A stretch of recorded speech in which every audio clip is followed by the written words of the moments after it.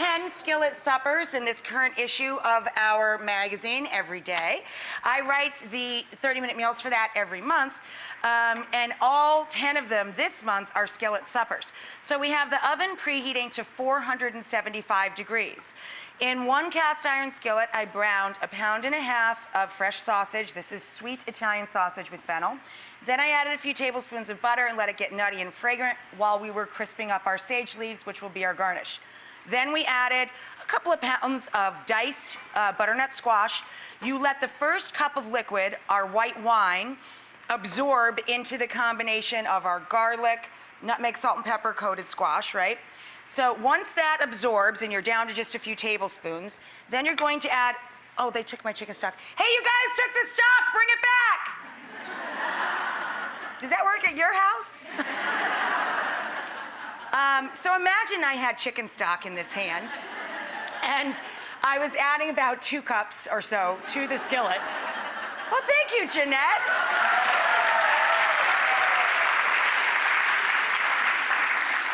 We're gonna go a couple of turns of the pan with chicken stock. The oven again is on 475, very high oven.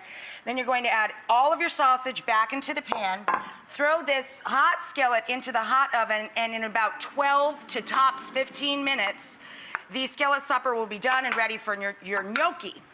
So let's get this guy in there. Oh, that's a heavy baby.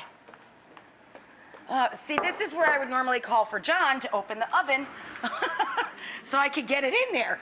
It's a 2-step process when you're alone.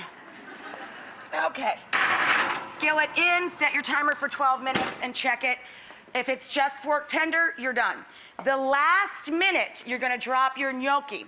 Now, gnocchi is no big deal to make, by the way. And I usually, if I'm making a batch, put a couple pounds in my freezer so I have it for the next time. But you can buy great quality store-bought gnocchi in either the refrigerated section, if your store makes it fresh, or in the freezer section of your store. I get 2 containers, they're usually about 12 ounces, or 1 family pack. So for this 1 skillet, I would get 2 little or 1 large package of gnocchi. You want 4 big portions for this, especially if you're feeding fellas like my husband and my friend Kevin, because they're gonna eat more than their share. Now, I have another dish already working in the kitchen, but you wanna wait till you take that out of the oven or till it's almost done before you drop these, because they only take 2 to 3 minutes tops.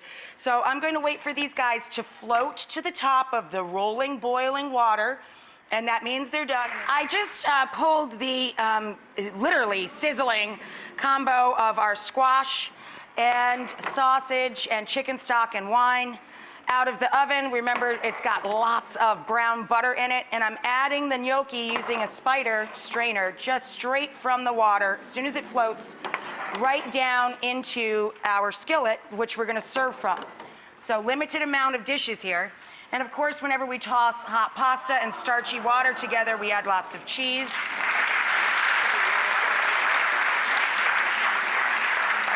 And then you gently combine that all together right in the pan. You don't want to beat up the gnocchi, those nice little delicious pillows of potato dumpling.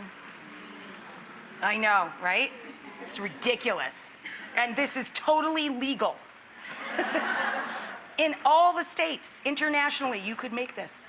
And then, as I said, I serve it right from the skillet, and I just take those crispy sage leaves and finish the dish with that.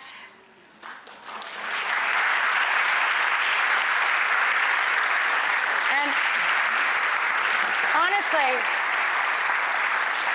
I don't even transfer it. I just bring it to the table like that because it's so beautiful.